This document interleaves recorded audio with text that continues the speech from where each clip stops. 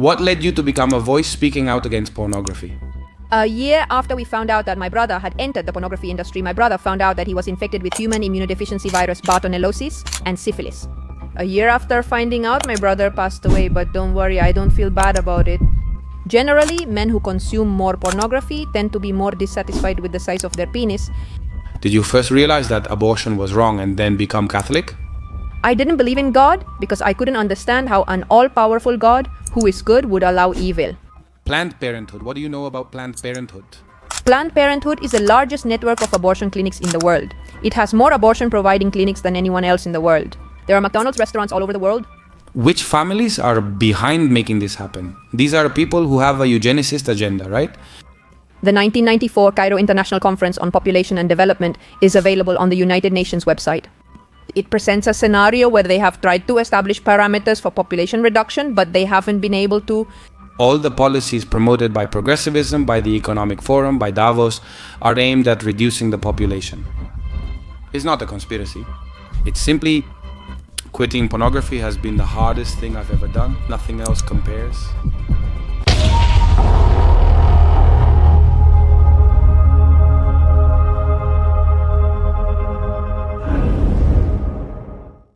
Good day, ladies and gentlemen, and welcome to the second episode of La Factoria. Today I have the most powerful, most intelligent female guest who has ever been on Red Pill, Lupe Batallán. How are you, Lupe? Thank you for coming. I'm good, Jota. Thank you so much for inviting me. It's nothing. You know, I'm honestly, when you came to Red Pill, I was left wanting to know more about you, to know more about your way of thinking. Because with so many people, it's a platform that's a bit more about confronting ideas. We try to make it respectful. And this project that I've started now, let me tell you, the intention is to try to get more out of the guests. In a personal interview, that goal can be achieved, but in general, especially with Red Pill, it's more complex.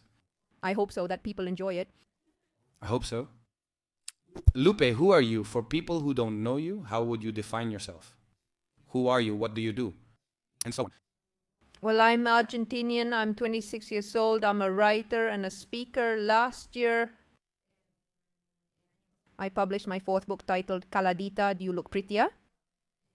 It's about pornography, prostitution, and hypersexualization, and the previous ones were about euthanasia and about abortion. I began my abortion activism in Argentina in 2018, and that's a little bit about it. I'm really passionate about major causes. Sometimes I'm hopelessly idealistic, but I try to do my part to make this society a little bit better. You said that sometimes you're guilty of being an idealist, and that your activism is focused on abortion, anti-abortion, on euthanasia. I imagine that. Also anti-euthanasia. Why have you connected idealism with your activist struggle? Well, because for me it's not enough. It's not satisfying to just say things are the way they are and this is the reality you're going to live, you know? I see a world that's getting worse and worse. And I think that although there's a story actually that I think is a passage from the Quran, if I remember correctly, a law professor of mine always tells it in his lectures. It's about a man who is walking along a beach and sees a lot of starfish dying on the shore, and he sees everything. And he says, I can't do anything about all of this, but I can pick up this starfish. He picks up a starfish, saying he'll save it, and throws it back into the sea. I feel like sometimes my attitude toward politics is a bit like that. I know I won't be able to do something about everything. It's impossible to say my actions or even all of ours can change everything, but we can change small things. And that's enough for me to say, well, I'm going to change this, I'm going to save this one. And well, like I said, we live in this world where everything is getting worse. Speeches about getting involved are common, but often superficial and pragmatic to gain popularity. Auction off your values in order to fit into a certain idea that now seems to be the savior. I understand that there are no saviors. In fact, I already have my savior, which is Jesus. He already came, and we are waiting for him. I don't expect to find magical solutions in politics, but I do understand that someone else's life can benefit from my participation in politics. Right? Someone can have a more dignified life. Someone can have a life of to decide to choose life or even a truly just death under dignified conditions.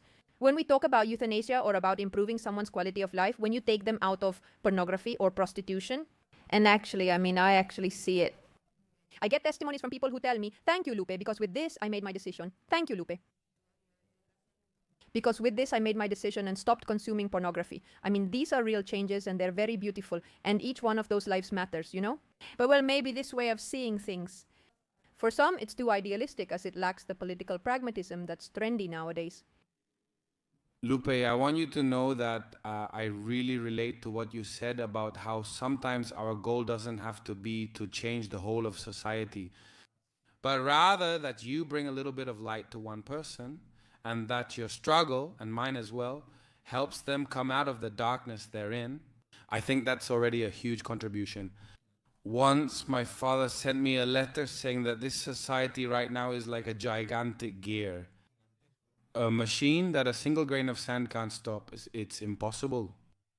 But if many people start to fight, and those many people start to add more and more grains of sand, sacks and sacks of sand, they will be able to jam this gear called globalism. I don't know if you think so. Maybe if you consider... I'm going to ask you the question. Why do you think people's mentality has changed so much in 100 years looking back? Well, the world became more, smaller, and at the same time it became bigger. Today, whatever happens anywhere in the world, you find out about it, right? Through social media, because of the level of connection there is with everything. But also, on the other hand, you are inundated with an overwhelming amount of information and numerous things to process. That's what generally happens with all information. Today we have access to deeper things, so it seems like we're closer to everything. The internet provides access to vast information, but it can lead to significant information overload. So a lot of new worries come from that, but also things we have in common. Why? Because today you have a group of lobbyists who have understood that certain social narratives can easily permeate completely different societies. Why are we debating abortion in the same way? Was it debated in Spain? Was it debated in Argentina? In Mexico? Is it being debated in Africa? Why are the same words being used? Why does the word anti-rights mean pro-life? Didn't that appear on the streets of Buenos Aires in 2018? Isn't it from a 2016 International Planned Parenthood Federation manual? It was written in London, published in London, and exported in every language in the world. So do you understand then? Notice how they've sold us certain issues, taking advantage of this information overload, of this sudden need to look alike. Also this narrative, right, that we all have to be the same. So our greatest goal is for Spanish, Argentine, Mexican, or any other society to be entirely equal. Losing these ties with the land, identity, past, and history, which make us unique, would be devastating for them. Even though we won in Hispanic America, we can... Thank you for using the term Hispanic America. It's a very personal battle for me. Sometimes I use the other one, but I say now let's take it well. At this point, not even... Let's talk about Hispanic America. Hispanics in general have things in common. We definitely have things in common, but in other things, we are totally different. And not because of the drug trade in Mexico or because of corruption in Argentina. But can I ask you a question? Doesn't that happen even among the provinces of Argentina? Are people from Cordoba the same as those from Buenos Aires? But here in the community of Madrid, that's an argument I often use for debating or dismantling the arguments of each country, each region. It's very clear here. Right now, we're in Baguedonda. When I was a kid, people from my town, Torrelodones, were always recognized because we used a language that many of you watching will know, hard-haired wild boar bear. We used a very Torre-specific slang, and people knew we were from Torre. Those little differences shouldn't ever be used to separate us, but they do exist within Spain. Valencia has paella, the Basque country has tapas, Andalusia has fried food shops, and Catalonia has crema catalana, showing the diversity of cuisine across regions. Communication styles vary slightly even within a single country, which is likely universal. So I don't know if you think those small differences are used to divide and separate us. Yes. You see, it's very interesting. It blows my mind that here in Spain, they can't achieve a real unification of the language, right? You move from one place to another and you'll see that here it's in Valencian, here it's in Catalan. And look, that's part of their identity, but the difference is also used to segment and divide, right? It's a very delicate balance, one that should be respected, one that we should maintain, right? In which you respect differences, but you also understand that there is unity because of that. That difference enriches, it doesn't divide. Well, and did you mention it? There's no difference between provinces. Of course, there are differences between provinces. But the Porteño, even if he fights to the death with the Cordobés, they're both still Argentinians. First, they identify as Argentinians. And that's something that's being tried to divide constantly. They're always trying to drive a wedge, you know? With different narratives, recently in Argentina. Division attempts are happening now too. I don't know if they're as extreme as what's happening here, but yes, suddenly. Do you have any delusions? Fortunately, they're unlikely, totally unlikely to happen in reality, but do you have any delusions? To separate that part of Cordoba and make a different country, you have the Mapuche claim constantly, and as you know, the Mapuche are not originally from Argentina, but from Chile. And the activists for Mapuche territory are funded by England. In Argentina? 100%, yes. As usual, it all comes back to treacherous England. See, all our problems go back to the same place. But are they suggesting that Patagonia is Mapuche territory and not Argentine? So they want to separate Patagonia from the rest of the country. And that's how you'll end up with a lot of demands, right? Which also, when you start to dig a little, they're not completely unrelated. Yes, I relate that to all the segmentation that was done in a territory that shared the same language, shared the same religion. Ultimately, that only made us poorer. I wasn't prepared to talk about Hispanidad here with you, but that's pretty much it. Spain's historical enemies made sure of that. I understand too. Recently, I discussed with Victor Dominguez that currently it's unwise for Spaniards or Hispanic Americans to focus on our historical enemies and related matters. And I think we should become strong first and then demand... Sorry, what? No? Is Argentina's Malvinas occupied? I understand. The Malvinas are occupied by the English. But what I mean is that right now, first we have to become strong economically so that later we can fight geopolitically from a position of power. We're currently papes, and that's the reality. We must reignite our inner fire. Lupe, I wanted to talk to you about the topic of abortion. You are deeply anti-abortion. What is the reason for your position? Is it because of your religion? Is it because you're Catholic? Or is it because of some experience? Tell me, where does that desire for activism and to open people's eyes come from? As for me, I agree with you. The aberration that abortion represents. Well, look, when I started in 2018, I was 19. I was 19 for part of the year, and then 20 for the other part. That moment marked the beginning of serious discussions about abortion in Argentina. At that time, I was completely atheist, and in fact, many of them weren't. I wasn't baptized. I got baptized in 2020, really. Aren't you from a Catholic family? My parents are Catholic, but they didn't grow up in homes where there was religious practice. So only now as adults, they're starting to live religious practice as a family. Or... So, that's interesting. I mean, are you a Catholic? You talk about it? Practically. Yes, I mean, I was baptized in 2020 and I converted in 2020. 20. I didn't know that. That's really interesting. That also contributed greatly to my success and growing popularity. What about you? Imagine I was a young university student at the National Public Graduate University, Buenos Aires, which is a really progressive school over there in Argentina, and forbidden. It was something totally unusual for the social sector she belonged to, and also to what the protest wanted to show. So that also gave me a lot of visibility at the time. I'm completely honest with myself. It was a matter of opportunity and how things turned out. Although not sought out, I accepted the opportunity in that moment, recognizing the image and package I embody today. At 40 years old, Guadalupe's message might be very useful to deliver, though it is not the same. And, well, nothing like if I can put it at the service of a cause I consider noble. Should we do it, right? What led you to go from being an atheist to being so deeply Catholic? In 2020, I read a thesis that... Actually, it was a dissertation that convinced me and gave me answers to all the things that made me not believe in God. I didn't believe in God because I didn't understand how a God who is all-powerful and is good, would allow evil. And every time I asked, people would give me explanations that honestly didn't satisfy me. One of my professors explained that people give an explanation like B to A, requiring the explanation from A to B, an uncommon logical path for most people. That's the path. For example, what does Santo Tomas de Aquino do to reach that answer? But great. Philosopher, even in modern philosophy, he is still studied. Yes. That's why I was always asking questions and getting answers from people. It doesn't add up. I'm missing the reason. Aren't you answering that? So, well, in 2020, I read a thesis. It convinced me, and I waited a few days to see if the conviction would pass.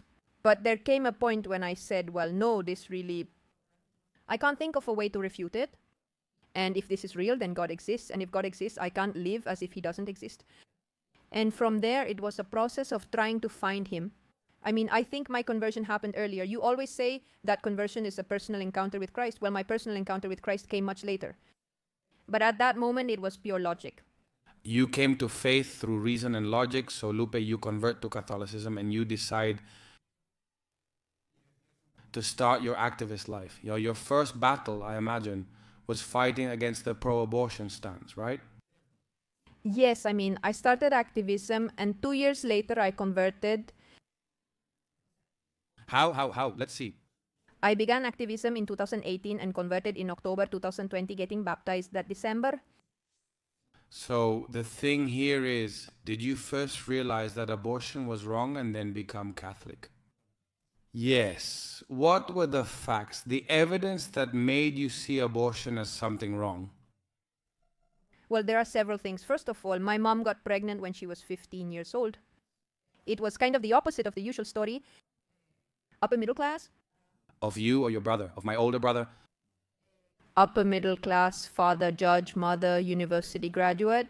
A very, very comfortable financial situation. And at my mom's house, it was a very common reality that when a daughter got pregnant, there were a lot of teenage pregnancies, or even my grandmother herself got pregnant at a time she considered inconvenient. The way out was abortion, and there were a lot of abortions, dozens of abortions, because there were also many women in the house. My grandmother probably had 5 or 6 abortions, something like that. So you can get an idea. Induced. And actually, my mom was born because the doctor told my grandmother, No more abortions. This puts your life at risk. You must have her. In this scenario, abortion was a reality available in the best clinics in Buenos Aires. Don't think she had an abortion with a coat hanger.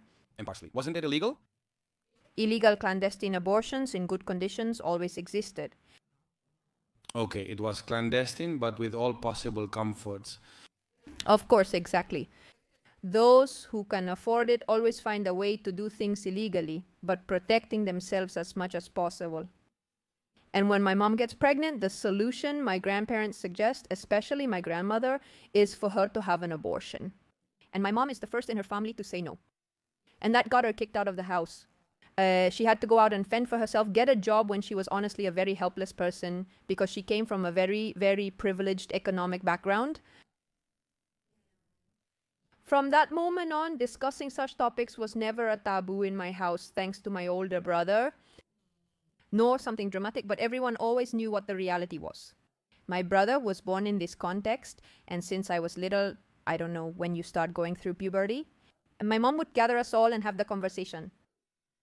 The conversation was, if you want to do adult things, I can't stop you, right? But know that adult things require adult solutions, and abortion is not the responsible solution of an adult, right? So, well, nothing like there was always a moral education in that sense, right? In terms of values. As I grew up, for example, I remember in 2014, while I was still in high school, Argentina had a heated debate about abortion that did not reach the legislative level. But even then, I recall deciding to do my thesis on this exact topic, and I had started to collect some data, more legal and biological, regarding this. Later, I participated in biology Olympiads while I was in high school, which really strengthened my knowledge in embryological development and so on. In 2017, I completed the first year of medical school at the Faculty of Medicine at University of Buenos Aires, which covered embryology. So when 2018 came around during the debate, I already had a very solid foundation in all the biological basics. I was really well prepared. I didn't need anyone to explain or review it with me at that point. Extra information that I had gathered along with a very firm moral stance, and from there I started to do research. I began researching them out of curiosity as they seemed interesting and would appear for me. The statistics, like 1 in 3 die, 500 days, 500,000 clandestine abortions, seemed doubtful to me, so I started to investigate on my own, by myself, in a self-taught way, just like I still do today. The numbers didn't add up for me, and they contrasted with the international situation, with historical facts, with current statistics, with the legislation. It just didn't make sense to me, and that made me feel the need to speak up, because I kept thinking this doesn't add up. And then, well, I joined a non-governmental organization, to do volunteer work. Saturday mornings in a program supporting pregnant women in situations of socioeconomic vulnerability. Talking with the non-governmental organization volunteers, they learned about my thought process, ability to support my arguments, and idea presentation skills during a time when spokespersons were scarce. And this non-governmental organization also played a leading role, let's say, in everything that was the abortion debate, obviously against it, right? Due to a lack of spokespeople, they called on me in desperation. I performed well in the debates, which led to an invitation to Congress. A huge snowball began to form, growing larger and larger. And that ended up, for example, culminating. I published my first book in early 2020, and my conversion occurred at the end of that year. Okay, I understand perfectly, Lupe. You are anti-abortion in all circumstances, in absolutely all, because I am anti-abortion in all circumstances. Except when the mother's life is at serious risk, like, for example, if she has cancer. I mean, in society, we can't expect women to commit heroic acts either. So only in that circumstance could I come to understand why a woman would have an abortion. But on the subject of rape, which I think is a very weak argument from the pro-abortion side, what if there's rape? According to your data, I believe the cases represent less than 0.5% of the total. Abortion. Exactly. It's like, I don't know, it doesn't make any sense. It's taking a small example, totally exaggerated and out of context, to justify an atrocity that's generally used as a contraceptive method. What do you think? And in what cases would abortion be acceptable to you? Well, I agree with what you said. I mean, free abortion under no circumstances, fetal malformation under no circumstances, not even in cases of rape. And the cause, but we have to make a clear distinction. It's not a health risk, but an imminent danger to life that can't be avoided by other means. I think that's fine. In fact, there is no legislation in the world that... If I recall correctly, I believe it's prohibited in the Dominican Republic, but I'm not certain. I won't tell you. That's mainly the situation in the Caribbean. We have El Salvador, Nicaragua, the Dominican Republic, and Chile. At the time, before the change in legislation in 2017 and the rest of the laws that respond in this way, what they say is that in the penal code there is a general wording that talks about abortion being completely punishable. But those cases that you mentioned are precisely because of the enforceability of the right and the heroic act itself. It always falls under the state of necessity. And so this state of necessity, which, for example, is regulated, I mean, they have it in the general part of the code. It's a general rule for all crimes. So this type of crime, when it falls under this cause, goes that way. The law does not sentence those women to prison, as it understands that I cannot request something from you that is heroic. It's not required. So in reality, what happens is that is there a legal treatment for this? Never under any circumstances do women end up in prison, even if the legislation doesn't explicitly state the cause. I mean, the other is an implicit way that continues, but it's not a trick or a loophole.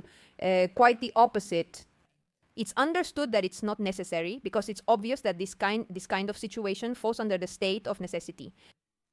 All right, Lupe, I'm going to ask you a very direct question. Do you think abortion is murder?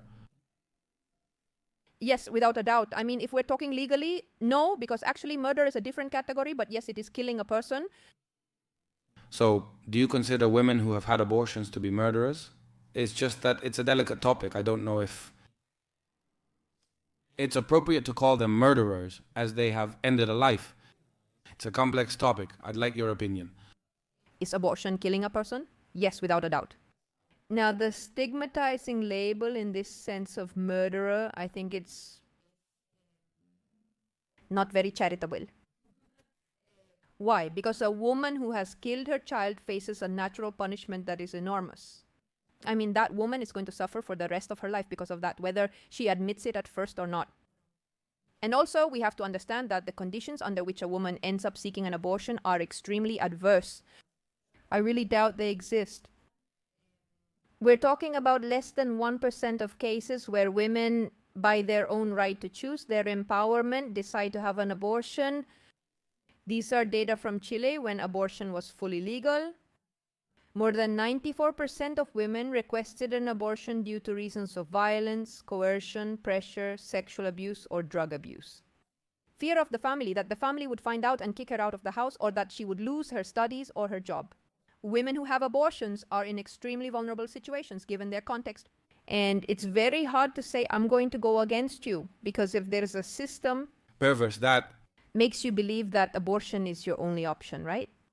When a woman is heavily coerced or pressured by her circumstances, she's not truly free to choose, which is precisely what the justice system recognizes.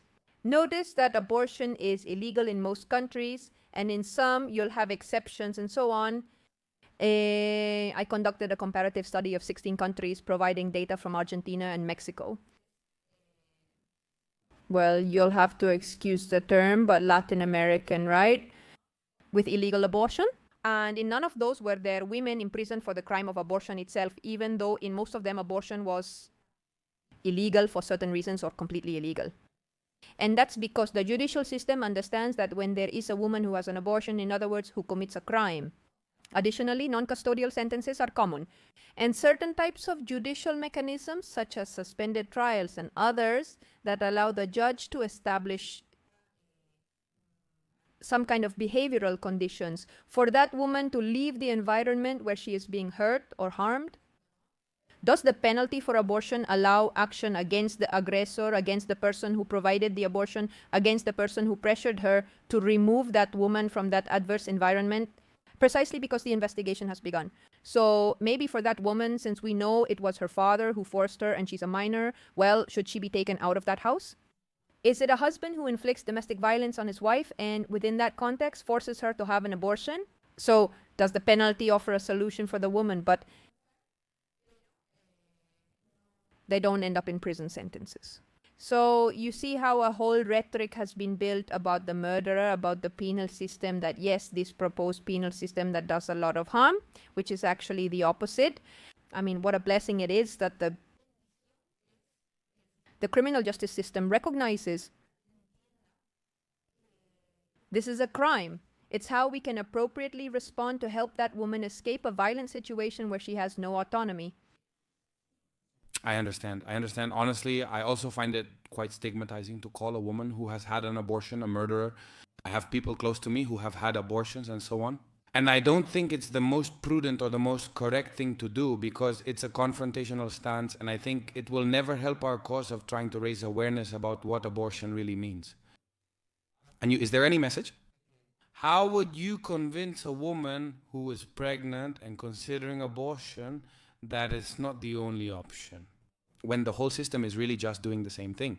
I agree with you on that, Pujari, to tell you that it's the only solution. And also through television shows, through songs, they make motherhood look like such a terrible torment. In the other day, I walked in on my roommate watching a show where a mother was crying, saying she couldn't take it anymore with her child.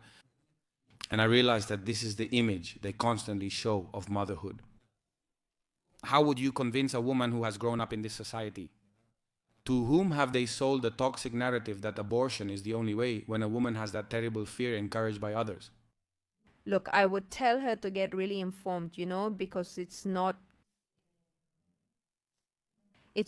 accidental that the same movement that claims to come to liberate you deliberately hides information from you. For what? That's an idea. I'm going to give you an example that for me is very concrete. In Chile, since 2017, they have abortion by grounds. For a woman to be able to access an abortion, or rather when a woman finds herself with the possibility of accessing an abortion, because she falls within the grounds. She is asked if she wants to receive information. No, rather there are some counseling sessions that are mandatory with organizations that are validated by the state. They're not an infinite number, it's not just anyone, but rather they're specific. For example, Miles Chile, just to give an example, which is a pro-abortion foundation. I think there's Pro Vida Chile or something like that, which is obviously a pro-life organization. But a woman gets counseling, but when she goes in for counseling, she inevitably comes across pro-abortion organizations. She doesn't have access to any pro-life ones. And if the woman wants it, it's offered to her. She can get information if she chooses life, and only then does she have contact with pro-life organizations. Not before, right? So if the woman says she doesn't want to, she goes through her whole life with abortion, only hearing one side. And cases where information is deliberately hidden from the woman, the fact that, for example, you aren't given the option, and unless you explicitly ask for it, they don't give it to you. To hear your child's heartbeat, why, if I'm so free? If everything you're telling me is true, why do you need to hide my information? The concealment of information is the first thing that happens to say, in this situation, this person is not free to choose. That is to say, pro-abortion organizations have priority access to these pregnant women who are considering abortion and not the pro-life ones. Of course, yes, and that's terrible. It's kind of an example, right? Or, for example, like we were saying, this thing about the ultrasound, and hearing the heartbeat. Access to abortion is being fought over in Spain and the United States. If women don't have access to it, it can be problematic. She's missing a very important part of the picture to make a decision. Have you experienced censorship? Because earlier you were talking about how this information is always being hidden, and you, like me, I don't know any activist more well known than you. In this environment, have you experienced censorship from pro-abortion groups and feminism in general? Censorship or even aggression or violence, whether verbal or physical. Aggression or physical violence. I mean, once I had a case that I actually took to court for harassment, but it was from the liberals, not from... The feminists? Yeah, because it started on Twitter. We'll talk about the liberals later, because we'll talk about that later, okay?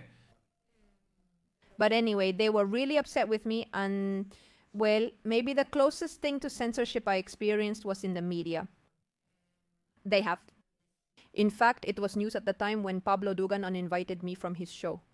I was invited to a debate, but no one wanted to debate against me since there was no one on the other side. Is very positive. That means you're doing things extremely well. More or less. I mean, I think at that moment I had 3 debates on broadcast television, something like that. I mean, really very, very few. 2 or 3, something like that. But by then they no longer wanted to. In fact, they stopped inviting me to television for a long time because no one wanted to debate with me. The bad thing about not being invited is that, I mean, you could say like, wow, look how well I did my job.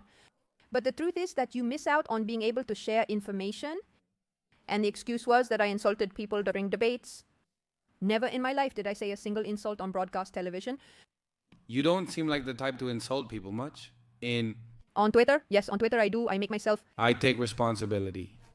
X is a jungle now, which is why I'm not on it. Personally, I don't want to go into that jungle. I'm much better now, but at the time, I always took responsibility on my personal social media. That's something else. But when I went to the media, in general, I went as a spokesperson representing the non-governmental organization, so obviously my actions were completely informative. I had already had negative experiences with organizations funded by the International Planned Parenthood Federation, which ended badly. So there was no one who wanted to face me in a debate. What's the problem with this, for example, or rather, what was it? For example, in this episode with Dugan, they uninvited me saying that I was violent, that I insulted people, which was a lie, and actually it even sparked a Twitter storm. Did Dugan himself have to justify his producer on air? He dedicated an editorial of several minutes to explaining why he hadn't invited me. I was merely the spokesperson for a non-governmental organization or nobody. Imagine the impact he achieved. In 2020, I was invited to the Chamber of Deputies, where I gave a presentation. And there's a very good sign that if they don't ask you questions afterward, it's because they don't feel confident enough to bring you down. I mean, that always happens with the Chamber of Deputies or the Senate when you go and present. They didn't ask me any questions. The questions I was asked were from the opposing side, just to give me more minutes to speak. The speech made a massive impact, becoming the most viewed Chamber of Deputies presentation on YouTube that year. Congratulations. The experience had a positive impact on me. And after giving that speech, I became a full-fledged activist, especially on Twitter. And following the whole debate, that day I listened to other speeches, and of course I tweeted about it, and I insulted some of the Green speakers due to their outrageous statements. They went on a break, I think, to eat or something like that. And when are they coming back? A Congresswoman, Mara Brower, came out and said that they needed to reduce my exposure on the congressional channel and issue a condemnation from the chamber. Because I had just spoken and had said a certain thing on Twitter, on my personal account, to other speakers. Censoring, as always, totally censorship. Because it hadn't happened in the chamber. I mean, what is it supposed to mean? That I can't act as a political human being because I went to speak at the chamber? You know how politicians are, right? Lupe, I want to ask you a question. You know, we've talked about abortion, the act itself. Let's talk about the business. Planned Parenthood. What do you know about Planned Parenthood? Well, Planned Parenthood is the largest network of abortion clinics in the world. It has more abortion-providing clinics worldwide than there are McDonald's restaurants in the world. I mean, just so we can put it into perspective, because McDonald's is the icon of capitalism, right? When we think of capitalism and consumerism, we also think of the golden arches. Well, just imagine that McDonald's has almost a third more. Planned Parenthood has almost a third more, Yes, Planned Parenthood has almost a third more clinics than McDonald's restaurants. What? How? I mean, look, I'm pretty involved in this topic, but I didn't know this fact. It's absolutely crazy. And this can be easily verified on the International Planned Parenthood Federation website and in the count they have of restaurants in the Los Arcos Dorados chain. In the United States, a first trimester abortion can cost up to $1,300. It's true that generally that's not money paid by the user, but rather it's provided by the state through subsidies. When you say this is a human right, the state must provide funds to ensure access for everyone, regardless of financial status. On the other hand, it has also been scientifically proven, and this can be verified in when abortion is legalized in a country, the number of procedures rises, presenting a business opportunity. In that context, from 2008 to 2016 in these 16 countries I mentioned earlier, for which I did the research, the International Planned Parenthood Federation has invested more than $123 million to lobby for the legalization of abortion, distributing money to different organizations. Amnesty International, Catholics for the Right to Decide in Argentina, Casa Fusa, Gideon. Catholics for the Right to Decide? Catholics for the Right to Decide, yes. Yes, what the hell is that? It's a disgrace, isn't it? I mean, what kind of Catholics? They're obviously not Catholics. No, not for me. I mean, it's like if I said no Muslims for the right to eat ham. You're not Muslim? But also, even legally, they have a problem because any association, any legal entity to use the name Catholics in their name has to have permission from the Catholic Church. They don't have it? They don't have it. We'll discuss the Pope later as it's an important topic. But going back to the topic of Planned Parenthood and its origins, which families are behind it? Who are the main promoters or sponsors making this happen?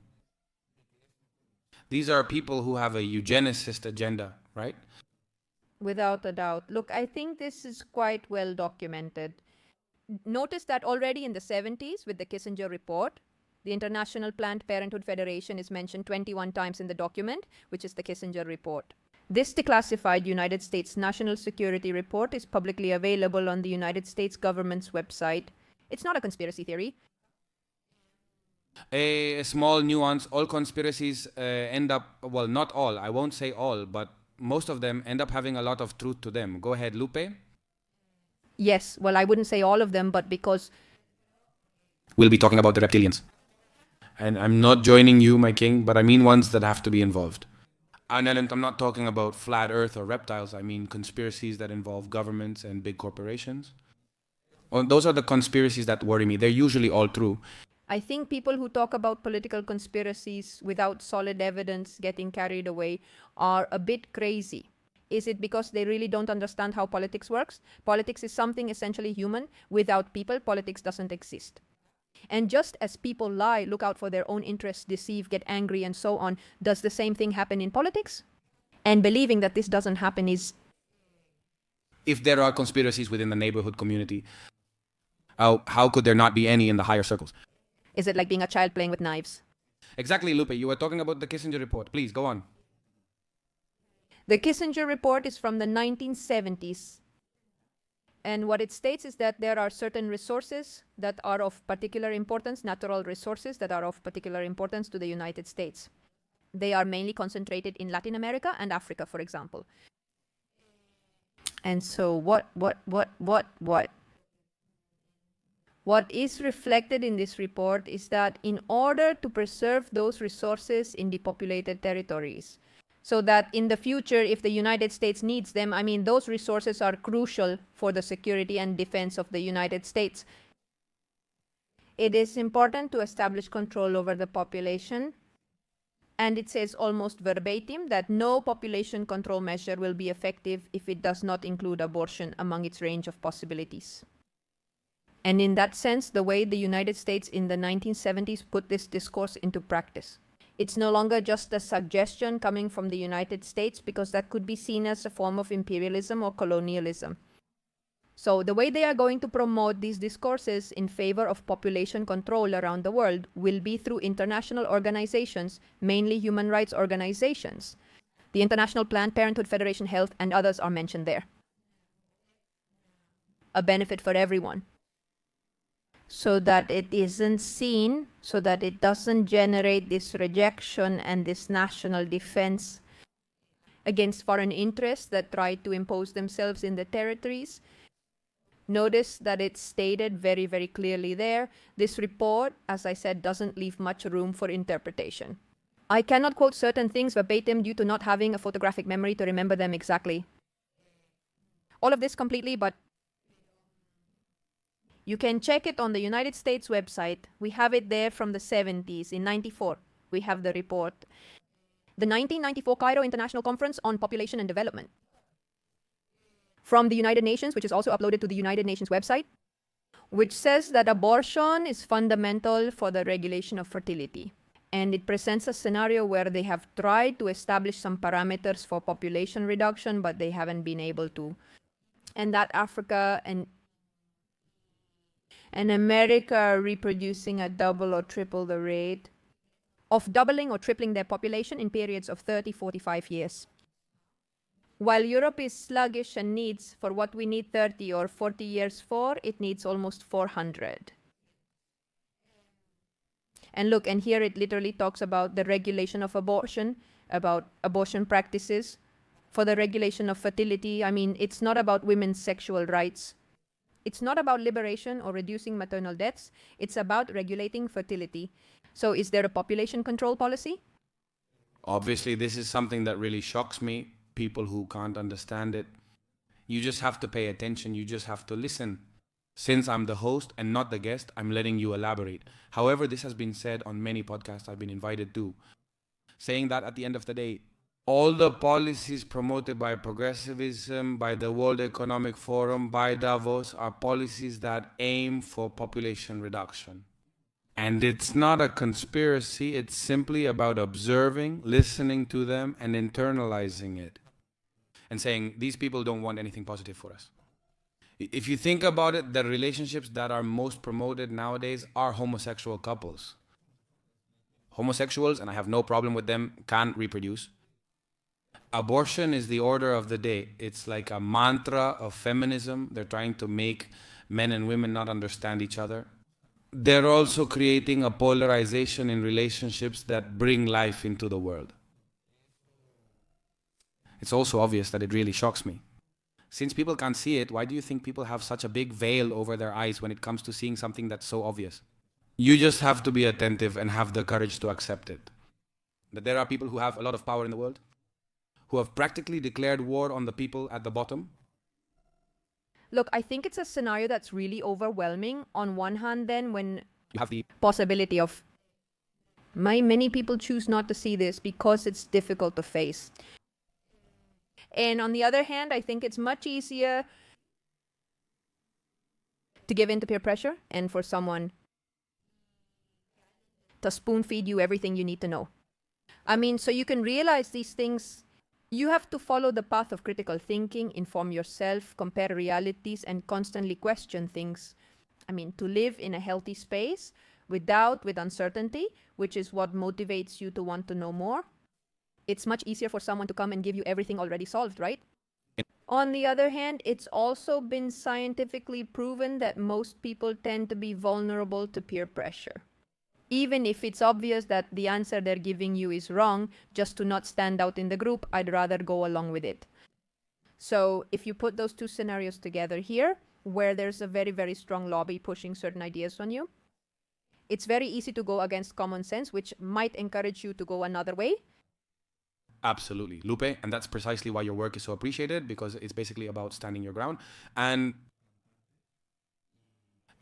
sometimes I feel that when a man says certain things about abortion, people say, what would you know, you're a man? Or on issues of racism, when you talk about slavery, about the history of slavery, if a white man says it, he can't either. I mean, I think that today a straight white man is facing the culture war. There's little to say because according to these minorities, only someone from the same minority can talk to them. And even so, when the minority, of course, because now women are also supposed to be a minority or a socially disadvantaged group, oppressed.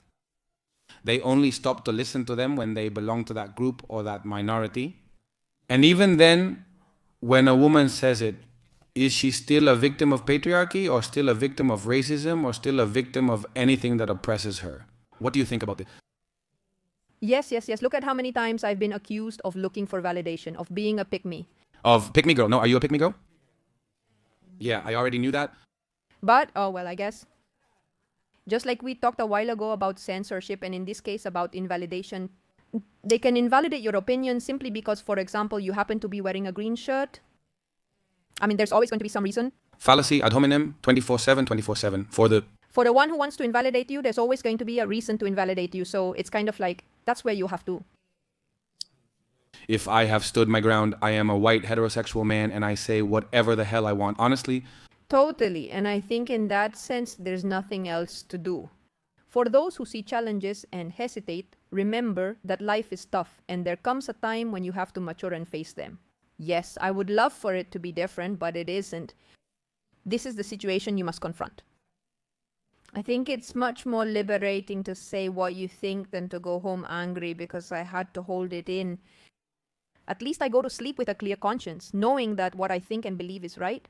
I said it and defended it to the very end. Me too. I do. In fact, I was talking about it yesterday with a friend of mine. If I die tomorrow, and even though I haven't had children, which is my most metaphysical goal, to leave my mark on the world, to have a good family, to have a good wife, honestly, I think I would go to the other side calm and happy because I have put every part of myself into fighting for what I believe is fair and what I believe is right, and also in being the best version of myself. Therefore, if God takes me, I will go with honor and with pride. And if everyone lived by that premise, the world would undoubtedly be a better place. Lupe, you're also an activist against pornography, and you're someone who tries to make both men and women aware of the consequences of consuming it. And tell us a little more. What led you to also become such a powerful voice? Do you even have a book speaking out against pornography? Well, in late 2021, I thought what most people in the world think, that it's something that's neither good nor bad. That if you do it, if you want to do it, you do it, and if you don't want to, you don't. I wasn't a consumer of pornography, but at the end of 2021, I found out that people could be addicted to pornography, according to many testimonials I've seen. Completely opened my mind because I didn't even think that scenario could exist. I mean, if this isn't something that's right or wrong, how can it cause an addiction, right? How can it cause an addiction in some people? And I started to really look into it, and when I did, I came across the whole world. The evidence about pornography, which is now considered acceptable, particularly in Spain, is not discussed. In the United States, there's a movement that's starting to speak out against pornography and talks a lot about the consequences of its consumption, right? But the world of pornography is much vaster. I mean, what about the industry? What about the legislation? I mean, nowadays there are no attempts to legislate, prohibit, or take any kind of measures regarding this. Because it's assumed that it won't be possible. And since it won't be possible, then we don't even try. But it's really not proven. So, well, I started to do some research, and 3 months after I started looking into all of this, already writing the book, I mean, the book was already underway. The entire section about pornography was already written. I found out that my older brother had entered the world of the porn industry to film pornography. I can't believe it. Your older brother is an actor. He was. You've already said this. People are aware. Yes. You completely caught me off guard. I had no idea. Yes, my older brother, the same as my mom. Today, your brother visited frequently. We sent him our regards from here. It will be challenging and he likely won't see it.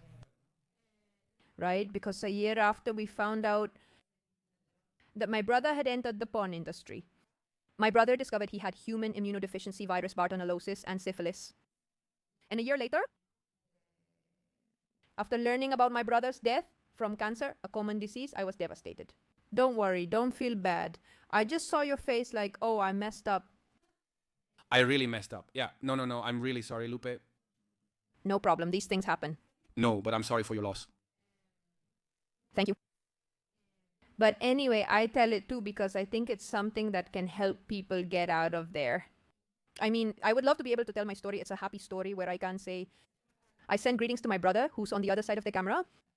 And maybe, probably, if my brother were alive today and if things had turned out well for him, I wouldn't have talked about it because it's part of his life. But when I saw it coming, that my brother was indeed dying, because from the moment he found out he was sick until he passed away, he was in very bad shape. I mean, he didn't actually die of acquired immunodeficiency syndrome, which is when the human immunodeficiency virus becomes active, but he was always sick. He responded well to the treatment, but developed cancer, possibly lymphoma, which is a type of cancer that people with human immunodeficiency virus often develop, regardless of whether they're responding well to treatment. So, what do I know? If my brother and I were alive, I probably wouldn't be telling this story.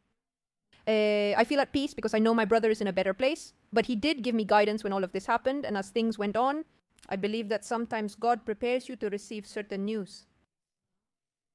I began researching this 3 months prior to discovering it. I already had the initiative to write the book, and when I found out about him, beyond the fact that I didn't change a single word or comma in that part of the book regarding pornography. But as I saw what was happening with Juan, that certainty became stronger for me, and that commitment, which today is unbreakable, to say if I can make sure that no one else has to suffer what I suffered, what pornography took from me, even though I wasn't a consumer. And the truth is that I give everything, and that's also why suddenly I say I give this story. You are very brave, Lupe, and I am truly sorry for your loss and your mother's loss. The truth is that sometimes pain takes us to places that pain is a good, let's say, teacher.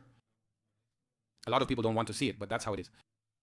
And I really admire your courage for telling it, and I really admire your fight, also so that other people don't go through the pain your family has suffered because of it. Speaking about the consequences of pornography on the brain, feminism makes it seem like pornography only objectifies women, but honestly, I also have a personal crusade against pornography. And it's that actually the brain of a consumer has been 80%. Do you have more statistics? But if I remember correctly, 80% of porn consumption is aimed at men. It fries their brains as if they were drug addicts. How do we alleviate this social cancer, which is the widespread and normalized and sometimes even promoted consumption of porn in modern society? Well, look, I would add some information because I think it's interesting, and I think it's going to really resonate with you in particular, which is women's consumption has doubled in the past decade. And among the most viewed categories by women, I mean for pornography for women. Let me guess. They're topics related to submission, subjugation, and domination, right? Violence, I mean highly degrading stereotypes about women. So obviously that's not just a problem or a patriarchal imposition on women. In fact, there is a some very interesting information from the Andrological Institute of London, which is a clinic that provides sexual health services for men for sexual well-being. And they say that generally men who consume more pornography tend to be more dissatisfied with the size of their penis. But on the other hand, women who consume more pornography tend to be more dissatisfied with the bodies of their male partners. So you notice how suddenly with this consumption by women, we're seeing how these stereotypes are also being reinforced in a way that affects men, right? Now, your question was about frying his circuits? Yes, the circuits. I mean, the consequences of porn are so serious. And what can we do? How can we raise awareness besides giving people the data that has already been shared about the dangers of consuming pornography? Well, I think there are conversations that need to happen. I mean, they need to happen in schools and parents need to have them too with kids when they are little. It's no longer enough to just say this is wrong, don't watch it because it's wrong, because religion forbids it, because those aren't sufficient reasons.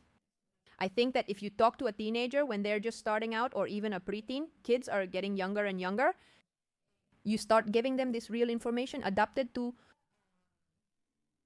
consider their understanding, maturity, and social context. But don't assume my child is a naive, clueless angel.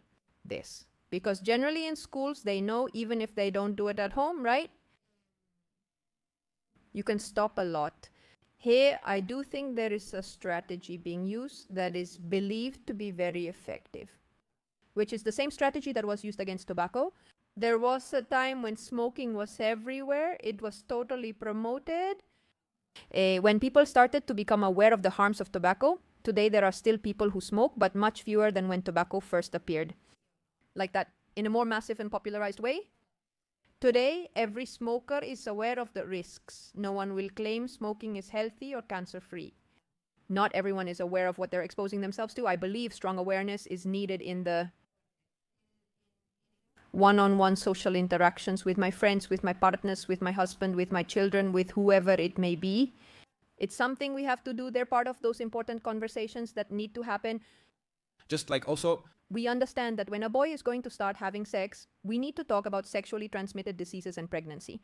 Well, we also need to talk about this, and probably we need to talk about this much earlier because this is going to come before sexual intercourse, right?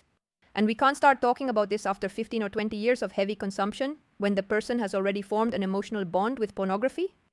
And the reasons aren't enough, right? yes, I'm going to tell you something, Lupe.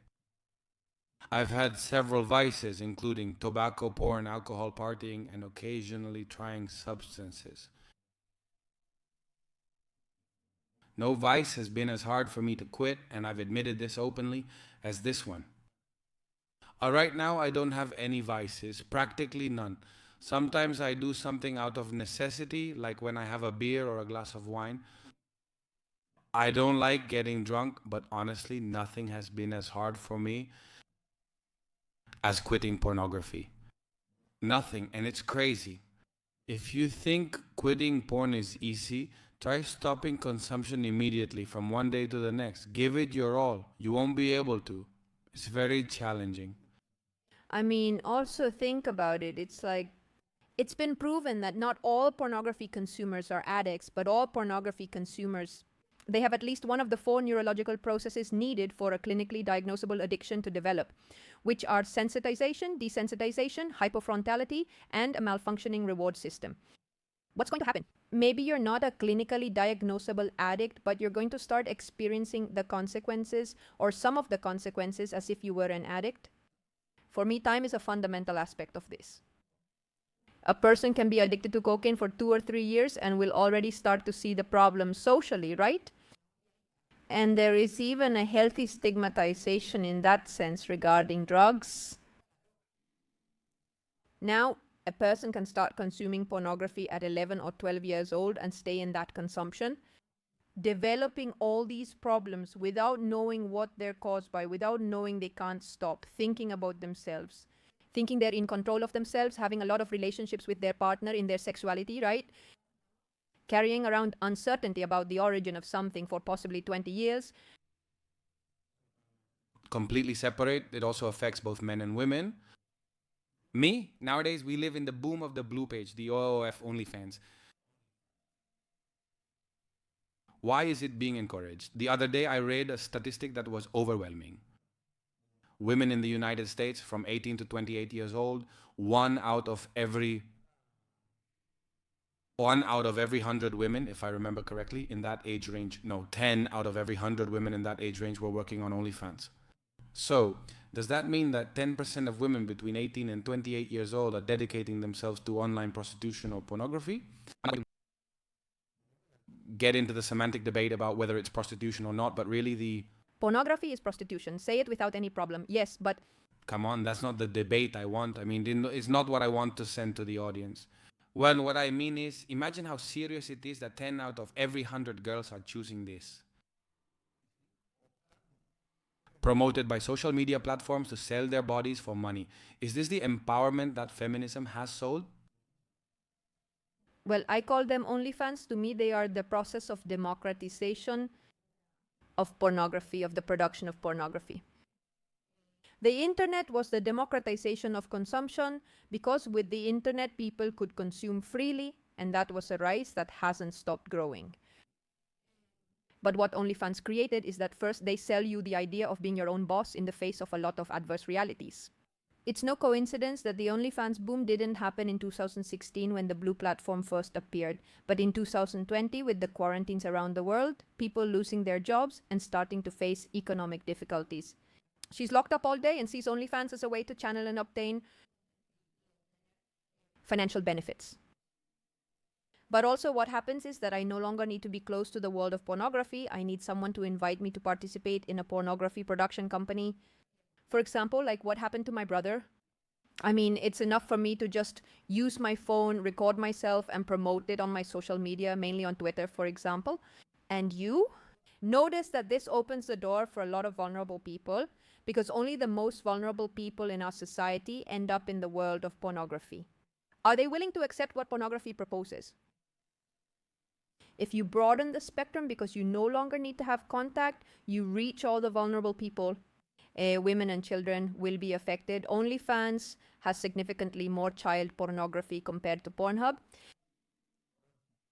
Child, what are we discussing? We're obviously talking about pornography, about trafficking networks, and ones created by pedophiles. Yes, obviously from child sexual abuse, but you're also going to have a lot of pornography created voluntarily by kids. Minors? Who don't know that what they're doing is child pornography. Damn, that's tough, actually. Is there forgiveness? There's an FBI investigation that says 1 out of every 3 profiles advertised under the hashtag nude for sale. 1/3 of images flagged by age recognition software on social media belong to minors. That's tough, Lupe. It's a very complex issue. And the truth, what message would you give to all those people who are struggling with porn addiction? And to all those women who are considering getting involved in this sordid world? Well, first of all, I would say that for anyone who wants to get into this, even if they say I'm doing it of my own free will and so on, well, okay, although I find it questionable because most people, when you really analyze it, you see that they're not doing it out of a free choice, even if they believe it at the time, but rather coerced by a very adverse environment, like we discussed earlier about women who have abortions. Let's suppose you were that one exceptional case where the person does it because she wants to. You can't participate in an industry that feeds on non-consensual pornography based on trafficking, sexual abuse, and child pornography.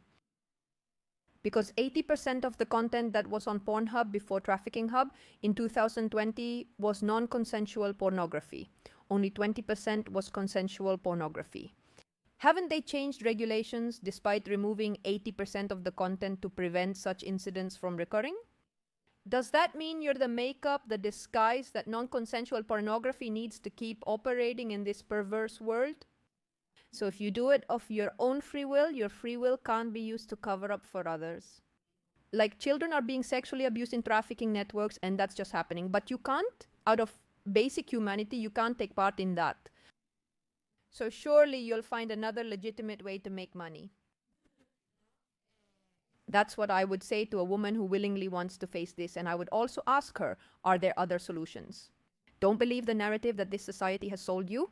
That the only thing you're good for is taking off your clothes and performing sexual acts for someone else's pleasure based on what you're forced to represent.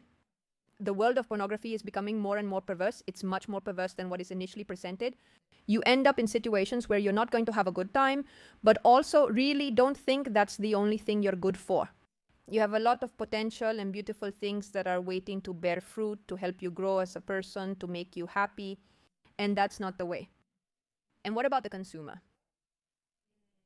Don't be complicit, because there are people who end up prostituting themselves in the world of pornography because there are people who consume it. And my sexual pleasure cannot take precedence over someone else's suffering. I have the moral obligation when I know someone else is suffering to act. And most of the pornography uploaded to the web is non-consensual. I'm referring to mainstream adult sites like Pornhub, not the deep web. Lupe, I wanted to talk to you about something. We've talked about that feminist movement that encourages women not only to have abortions, but also to be independent from men, to not need a man. In fact, even as in the case of your beloved homeland Argentina, Lucio Dupuy, to attack and hate men. What would you say to a feminist woman today who still considers herself a feminist in 2025? The same thing, that she should get informed. I think it's silly, but honestly, I see that there's so little information. I research the feminist movement. The more I see distortions, I see things being hidden. Like, for example, let's go. Let's put the biggest distortions that feminist ideology has. According to your research, it's just that It's hard for me to narrow them down, but okay, we have them. I mean, feminism. It tries to make you believe that you are constantly in debt to him and that's why you owe him your silence. First, a very twisted logic. I mean, right? Let me clarify something. The typical thing of saying I'm not a feminist, or when a woman says I'm not a feminist, a lot of comments from feminists show up saying you. To begin with, you can speak thanks to feminism, so what you're saying is true. It's like they emotionally blackmail you. Like, you can't criticize feminism because thanks to feminism, you are a person without feminism. Before, you were like some kind of ape in a cage. In the past, men oppressed you, but now feminism must grant you permission to speak. So you didn't set me free, you just changed my leash. Wow. So, is that really what they're defending in the end? And also... Sorry, but I have to say it. That's why this is the factory, folks. And on the other hand, also the issue that if my freedom or my privileges depend on me agreeing with what you say. And if you don't take it away from me, right? I mean, you can't have an opinion because we gave it to you, so you didn't make me free. You're forcing me to repay a favor that you give and take away on the same day. That clearly wasn't freedom, right? Totally. So yes, I see that a lot in feminism and in other movements too. But notice that from this logic of I've given you, a lot of things try to get validated. And when you start to look closely at the I've given you, you see that they're not really like that. How many times does feminism say that we owe education to them? On one thing you said on my show on Red Pill was like, can you vote thanks to feminism? Yeah, tell me what you said, because it really made me laugh, because honestly, the whole table was just like that. Just look. That these lies are really upheld, that it's feminism, suffragist feminism, that gives women the right to vote. Yes, and actually, here in Spain, we saw that beyond the fact that the voting process is a very complex process, because they have it, then there are no more elections and no one has it. Afterwards, he gave it to him. At first, Primo de Rivera, then the right wing, gave it to women. It ends up in silk, of course. It ends up materializing. And in fact, that's how it is. You can check it in the debates of that time, always in the legislative debates that have the stenographic transcripts. But besides that, in that first election where women could vote, that the right overwhelmingly won. So obviously, women felt that they owed the possibility of voting to the person they rewarded with their vote. On the other hand, the feminists who had obtained legislative positions practically didn't. I think only one of them managed to be re-elected. I mean, so you can understand the level of gratitude women felt at that time. Who were they thanking? this happened in Spain and Argentina. In Argentina, Eva Duarte de Perón, the wife of Juan Perón, gave women the right to vote. The then president, Juan Domingo Perón. In fact, in her book, My Message, she says that feminists are women who are resentful because they couldn't be men. So obviously, you can't lump that woman in with feminism, right? In the United States, women didn't get the right to vote through the suffragist movement. They got it after the war. And kind of as a reward for their contributions made by women. Meanwhile, men were on the battlefield with the discourse not of feminism, but of we are the United States. We are the world power, and we can't fall behind in all of this because we're already lagging behind the rest of the world. Did he care about the dignity of women in particular? No, it was simply about comparing sizes. In England itself, the feminist discourse was not what got the expansion of women's voting rights back in Ecuador. And so you start to look into it and you'll see that it had nothing to do with feminism. I mean, ultimately, what they were looking for was a policy that would expand the electoral rolls, right? And that, in general, it responded to conservative or right-wing movements. And why do they have that narrative, one, when it falls apart with the slightest bit of evidence? Why has it become established in universities? This horde of, as I call them, armpit hair Pokemon. They've literally brainwashed people, entire generations of women, making them believe that everything they have in terms of legislative rights, they owe to feminism.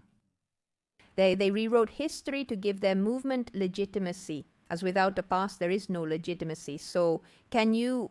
Repeat that phrase. Without a past there is no legitimacy? And I'm not the one saying this. Nuria Varela says it in her book Feminism for Beginners. Nuria Varela, she's Spanish, right? And is she a feminist? And she admits that they make everything up just to have legitimacy. No, but she says at the beginning, in the introduction, among the things she's mentioning, she cites the fact that without a past there is no legitimacy, and that's why we make all this up. But when you read things and compare them with reality, you realize they were obviously made up.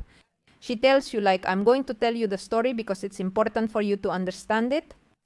Now, what I see is that they rewrote history, and obviously they rewrote it because they needed a kind of social legitimacy that they didn't have. Exactly. So thanks to that invented legitimacy, and that's how it happens with many other things. It also happens with the Black legend. It happens with a lot of things.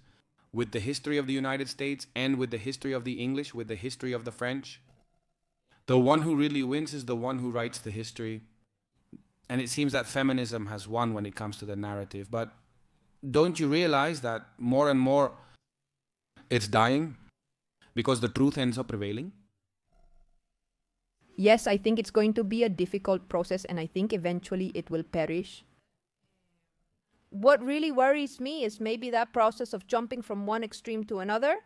Many times I see that when there is an excess like feminism or progressivism, the totally functional solution is for the needle to end up exactly on the other side, not at the balance point where the fair solution is, but exactly on the other side.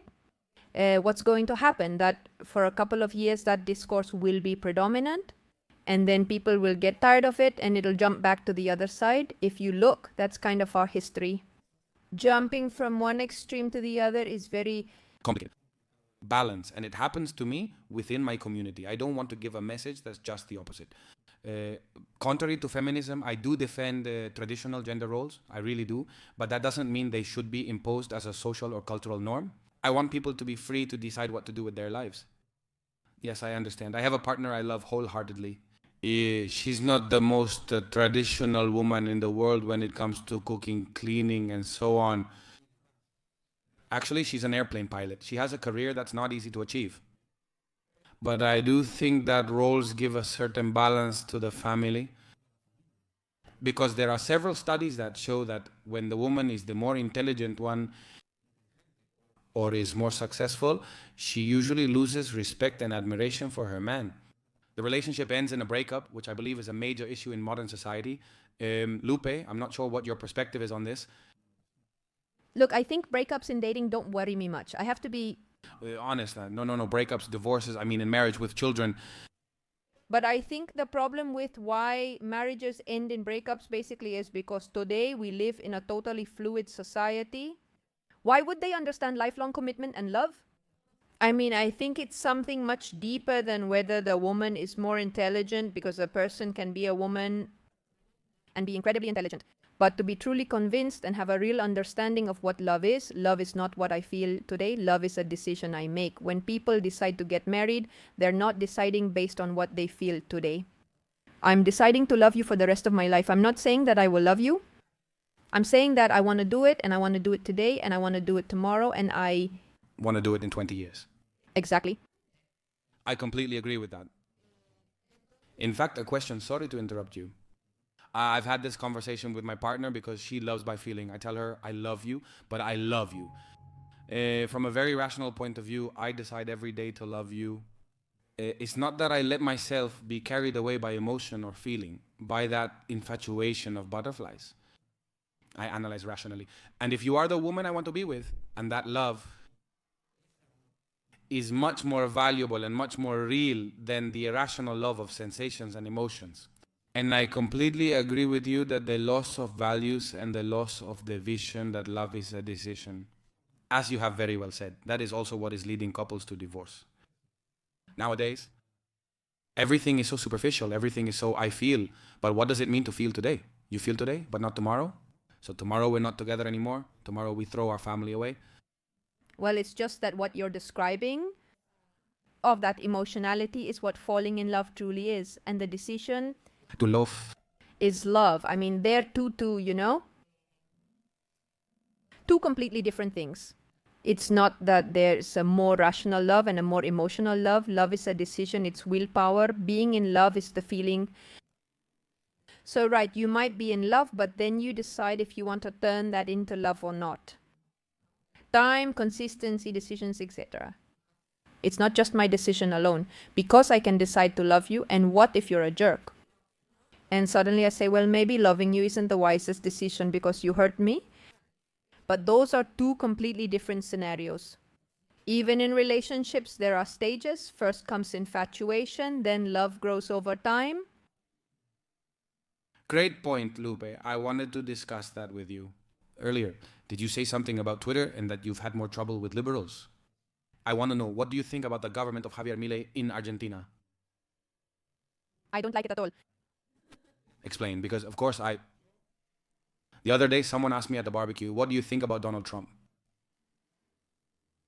Obviously, I prefer him over Joe Biden. Obviously, I prefer him over Kamala Harris. Obviously, I prefer him over anything that smells like progressivism and so on.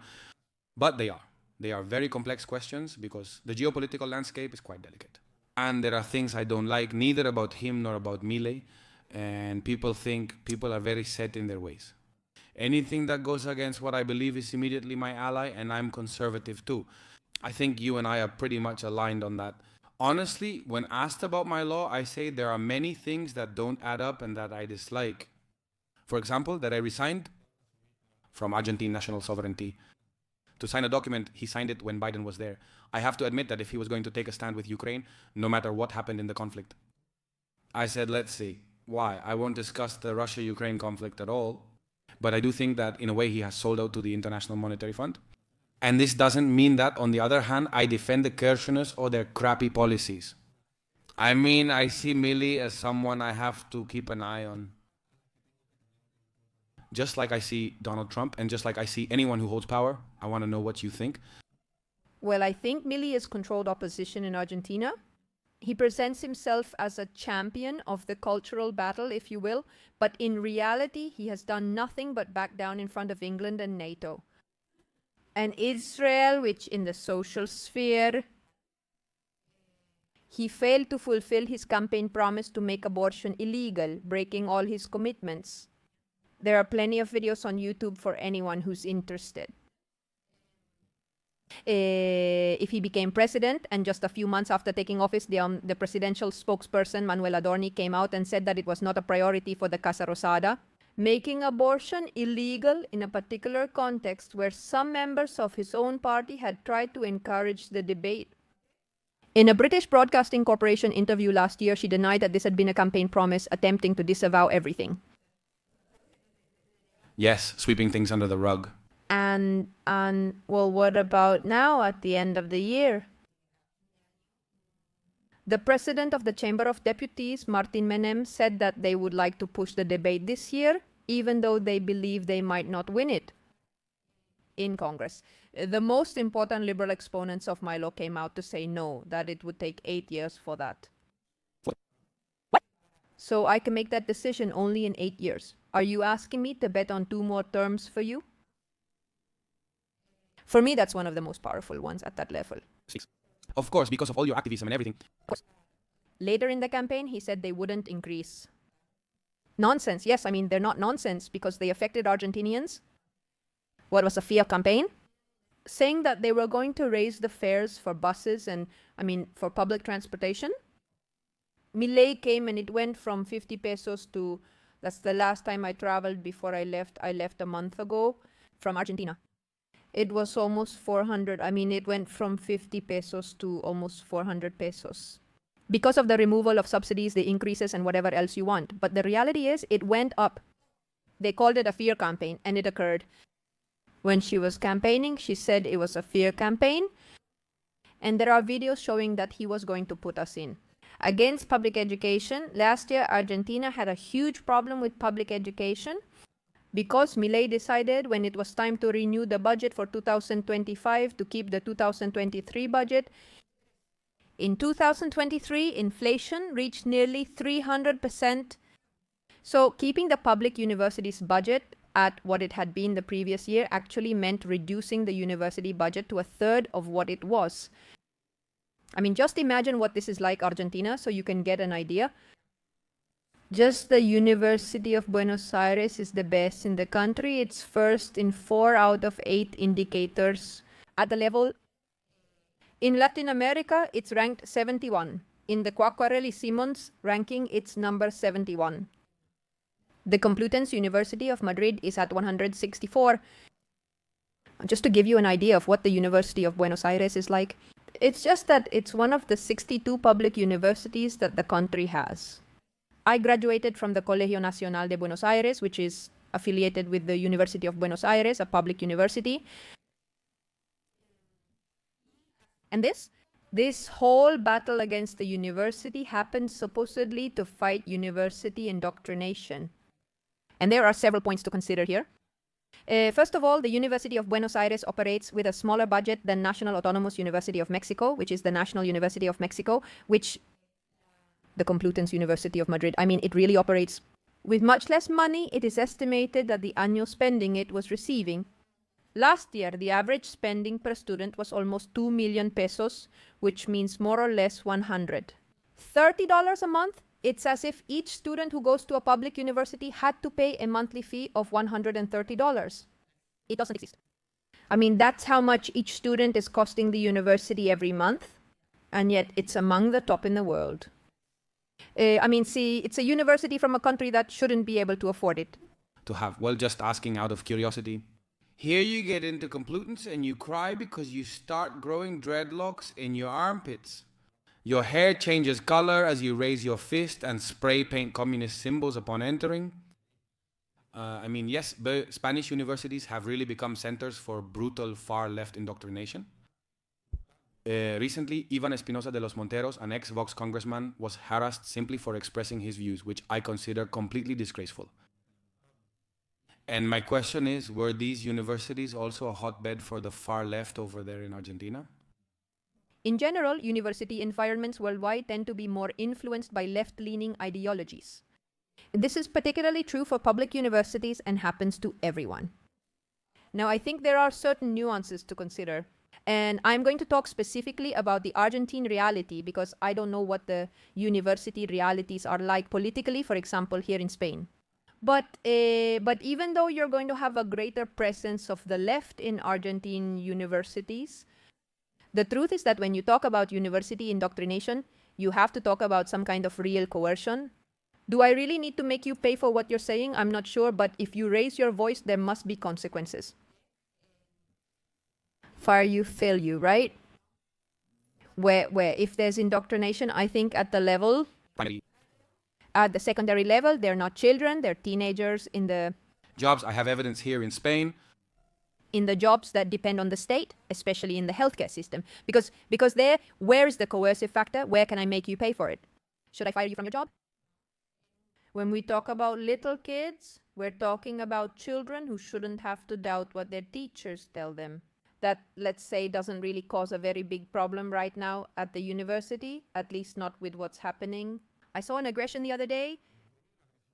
They at an Argentine university against a young liberal. When the left is very violent, we all agree. And when there are violent far-left groups that physically attack people and have the approval of those who run the university, I think in that case you could say there's a certain kind of coercion, because if you give your opinion, they physically attack you. Let's go back a little bit and I'll get to that. I'll Promise. In the case of university indoctrination, I actually don't think that something like university indoctrination exists in Argentina. Many times I always thought differently from what my classmates thought at the university, and I have confronted professors. What happens is that when you go to university and you raise your voice and oppose what, for example, a professor might say to you, you'll likely need to study the whole syllabus for the exam, as they can ask anything due to bureaucratic mechanisms. Precisely so they can't fail you just because you think differently. They'll even ask you about the smallest details. What did you think that doesn't imply you? In order to pass the subject and defend your ideas, you're going to have to take on a greater level of responsibility. But isn't that already a kind of coercion? Doesn't that already discourage people from contradicting the teachers? I think so. How many people? Well, we were talking about it earlier. You aren't rewarded anywhere. Social class, no one rewards you for expressing your opinion. I think you do get rewarded. If you're the teacher's lapdog and you flatter the far left teacher, so you're telling me that... No, what I'm saying is that no one rewards you for expressing your opinion. But do they punish you? And you're going to have to take a degree of greater responsibility for going against the current. But what are we looking for in the university? People who think or people who just repeat? People who think, but it's not encouraged. In fact, it's discouraged by your own words, right? Taking that path isn't discouraged, but it's harder and requires a greater sense of responsibility when it comes to studying. It never bothered me because I don't show up to take the exam unless I know the whole syllabus. But that's regardless of whether I give my opinion or not. That's why I never failed an exam, never got flunked. A flunk, getting failed? Okay. I was never failed for saying what I thought, and I never had any problem backing up my opinion. I think that actually when it came to raising my voice and speaking up, I actually did it, I remember. I opposed a university biochemistry professor who wanted to discuss abortion. I was angry and refused to engage in the conversation. He came in with his little green scarf. I made him be quiet. I made him start teaching the class. And a week later, we had the midterm for which I got an 8. You know? And he had no problem giving me the grade I deserved. I believe there's an initial step. People often fear that if they speak up, there will be consequences, but that's not always the case. To this day, I get along very well with many super progressive professors. They're on the other side of the ideological spectrum from me, but they really like, so to speak, that I back up my opinions and that I truly believe in what I say. I think the first thing is to overcome the barrier of fear and then say, well, if it happens, I'm prepared but be careful. This can happen to you either because you think differently or because a professor didn't like you.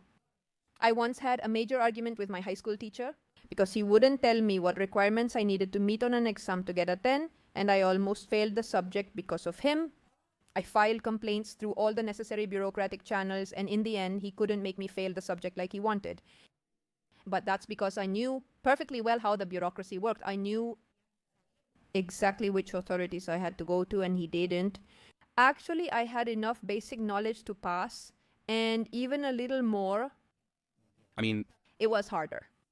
But talking about university indoctrination, I think ultimately it's kind of holding on to this idea of just going through the motions. I'm telling you, at university, I'm in favor of anything that forces you to work your butt off studying, because I think that's what makes good professionals. After getting a degree and saying, I'm a graduate, in what exactly? Honestly, how many graduates just repeat nonsense? Too many. In fact, I think that I've encountered some very narrow-minded people. Are they all college students? I wanted to ask you. Going back to the topic of Javier Milei, can I clarify something for you? To wrap up the topic of universities in Argentina, what I can tell you is that I really question the idea of university indoctrination.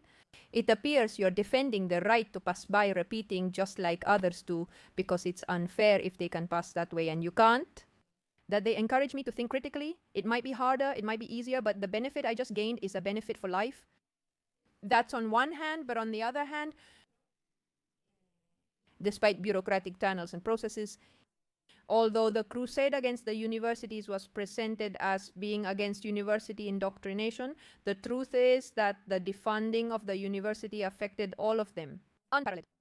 It's not like they went looking and said, well, this professor is failing to meet an objective ethical standard for which I can remove you, I can sanction you and so on.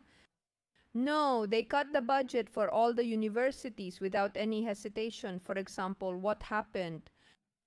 Olympiad programs were suspended. In high school, I participated in chemistry and biology Olympiads. These are organized by state universities, not private ones, despite those who advocate for private initiatives. These later become a breeding ground for the excellent results that Argentina achieves at the international level. Programs like the Olympics were suspended, as well as specific programs in hospitals and schools, such as the Hospital de Clínicas. Supplies were reduced, programs and practical work that required specific investments were suspended because the universities don't have the money to cover them. So supposedly, this ideological fight against indoctrination ended up being a fight against Argentinians being able to access a good level of education.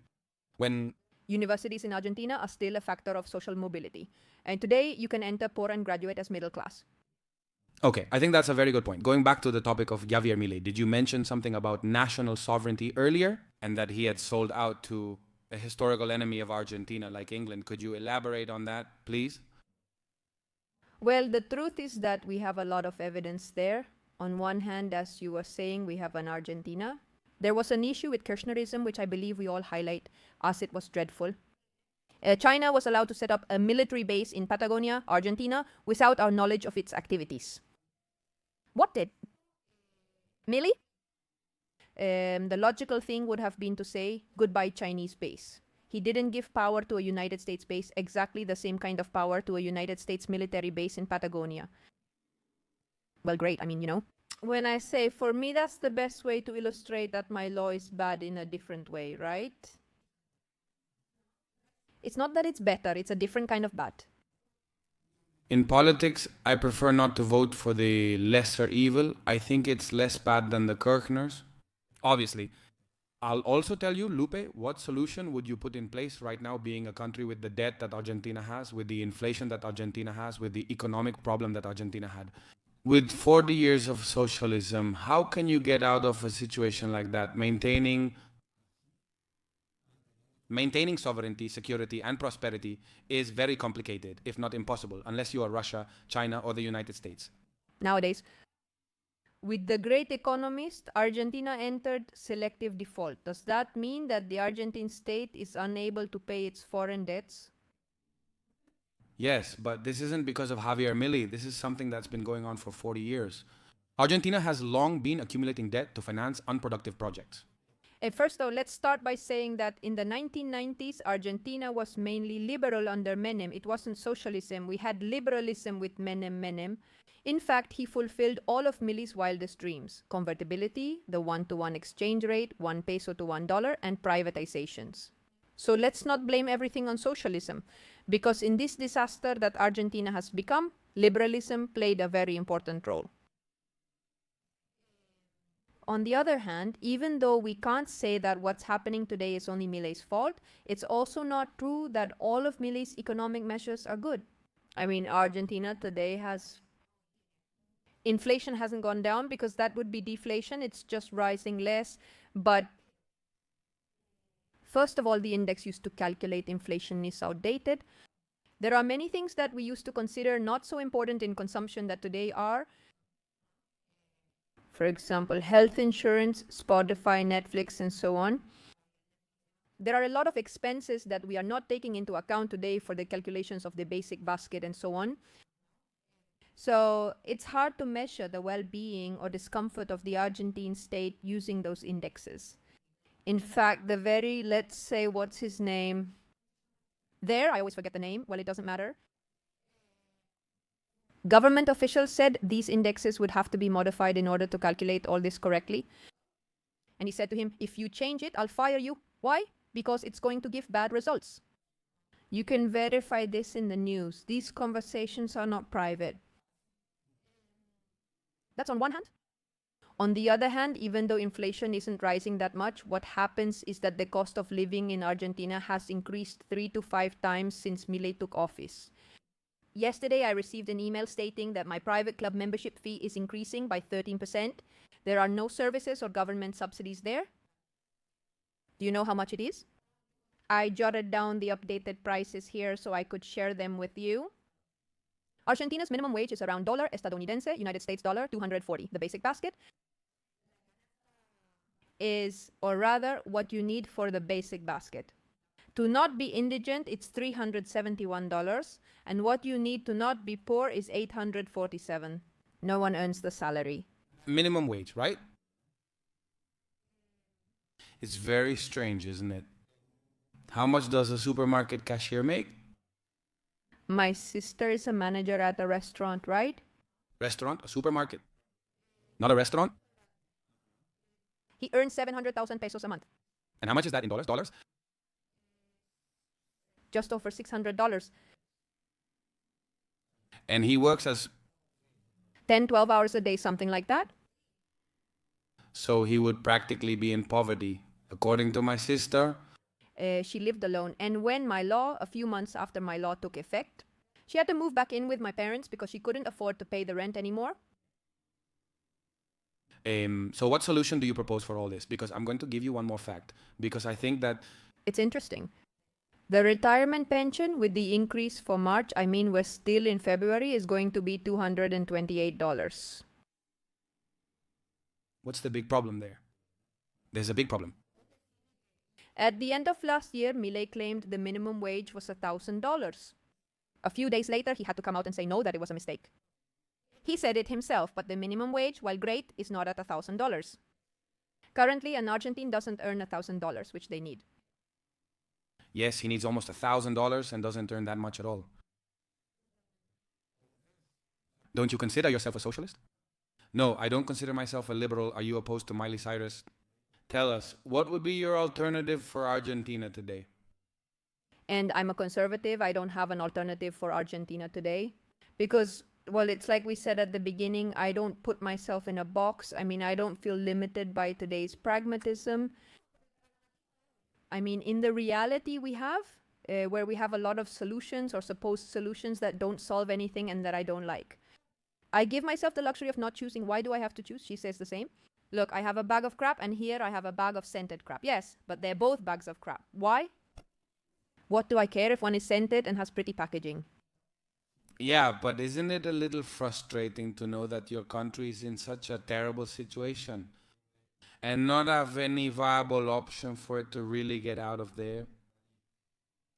I think there will be an option at some point. I don't know if I'll... See it. And what would that option be for you? I hope that at some point a candidate will appear who is truly consistent with their values, who doesn't auction off their principles, and who has real respect for human dignity in every aspect of their life. Whether it's a fetus, an elderly person, or someone who is poor? Yes, no matter who it is, right? Without distinctions between good or bad people? As is usually done by Milism. Do you feel that the voters do that, and Milei himself? 1 or 2 days ago, Milei canceled the palliative care program at the National Cancer Institute of Argentina. What is that? For people like me who work against euthanasia, the only dignified alternative to death in a very painful terminal illness in order to avoid euthanasia is palliative care, which Argentina has excellent ones.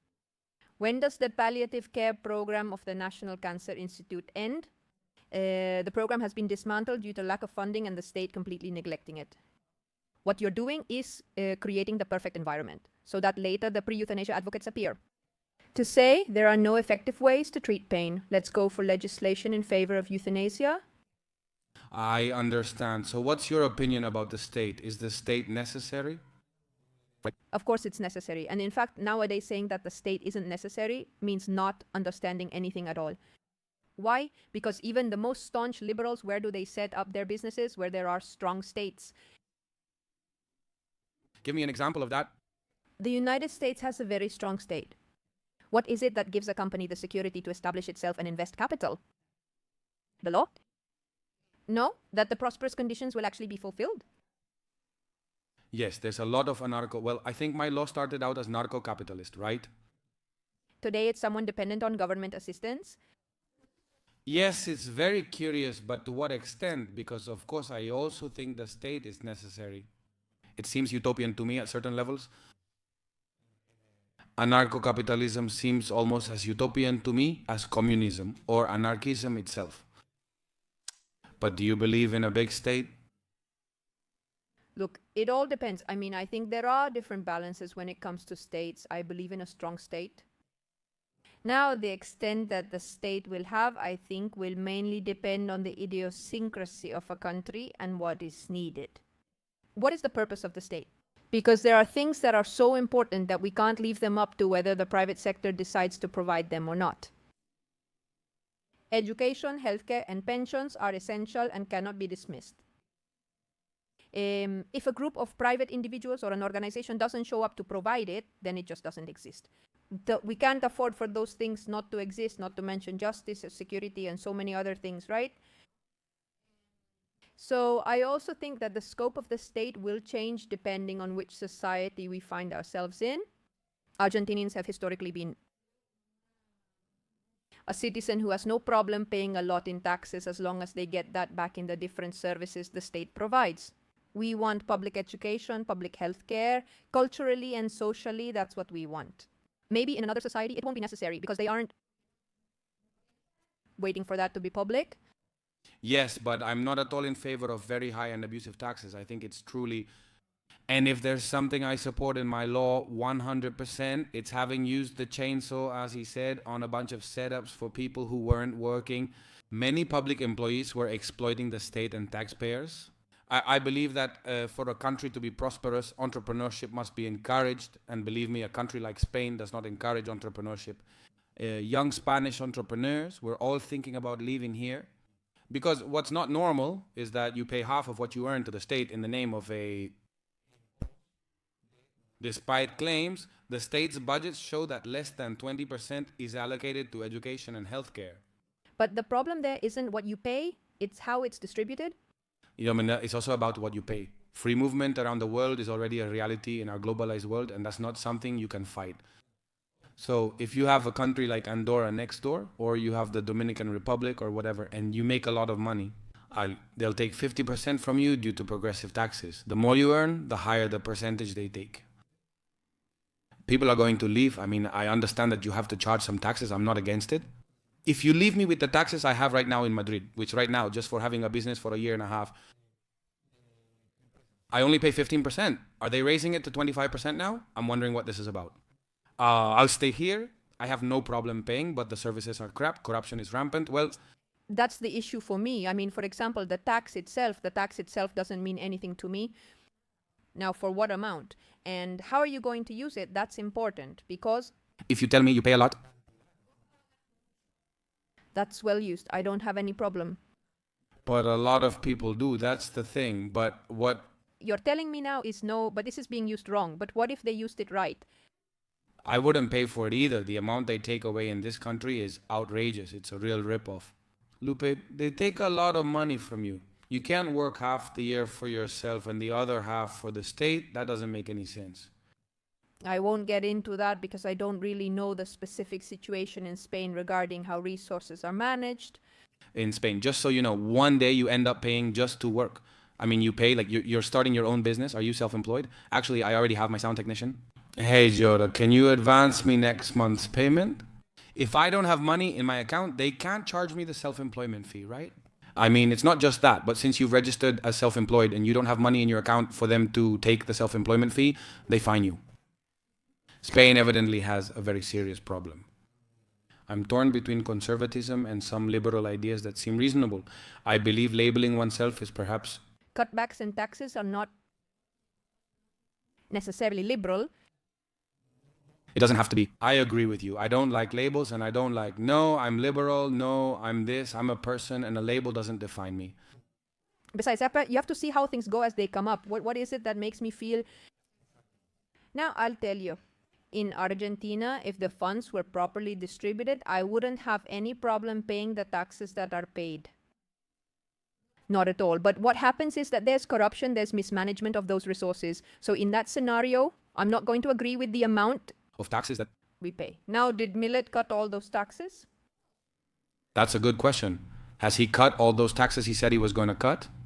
Shortly after taking office, he reinstated a previously removed tax, effectively adding taxes, but... He hasn't lowered taxes. Javier Milei hasn't. He didn't lower them. The only one who lowered them recently, just 2 or 3 months ago, did almost nothing. He initially refused to pay the debt, but now that they're in default, the situation may have changed. It's just that it's very complex. Economics is a rather strange science, but go on, Lupe. 2 months before the end of the year, something like that. My law removed the credit card tax. It was the only one that got rid of one of the 2 credit card taxes. What happened was that the credit card dollar was still the official dollar compared to the blue dollar. It ended up just a little bit lower. It was the only tax that was removed. Now, if I remember correctly, the tax that had been reinstated was also tax no. I don't want to risk it because, later they'll hold it against you. But he did reinstate one of the taxes that he had removed. Massa then, obviously, that's not the way to go. The Ministry of Women ended up like that with a lot of little offices. The Ministry of Women became a secretariat or... I mean, he didn't eliminate it completely. INADI also became a smaller entity, but nothing was eliminated. Everything is still working now regarding the layoffs. And yes, there were many layoffs within the entities. The government is not being guided by merit, but rather by who lacks connections. To stay in, you must add people who are leaving and have connections. Qualifications don't matter. You mean connections within the government? And within the organization where you are, surely. So I feel like we're being governed by a team of idiots who have no idea how the state works or audits or the kinds of inspections. And they're like Mrs. Rosa from the corner talking about things they have no idea about. Well, they bring up a series of things that in reality aren't being done, that aren't working, for example, with the reductions within the state. To give you an example, last year there was the closure of Hospital Bonaparte, which is a leading mental health hospital in Argentina. Budget cuts and lack of funds were cited as reasons to improve efficiency. The hospital was closed because it had few admissions. Most of the patients the hospital treated were outpatients because that's how it is with mental health. In other words, most of the patients who are treated are people who come and go during the day, and only a few are admitted. The average age of admission at Bonaparte Hospital was 16 to 19 years old, meaning that it was mainly teenagers who ended up being admitted. And the most frequent consultations in the emergency rooms, which were the first to be closed, were anxiety crises, severe depressive episodes, suicide attempts, or self-harm. In other words, these were people in a very critical state, likely in a mental health emergency room because they were probably about to commit suicide. The hospital closed due to low patient admissions. When the way mental health hospitals work is mainly through outpatient patients, and that meant firing the doctors, firing the residents, letting them go. Of course.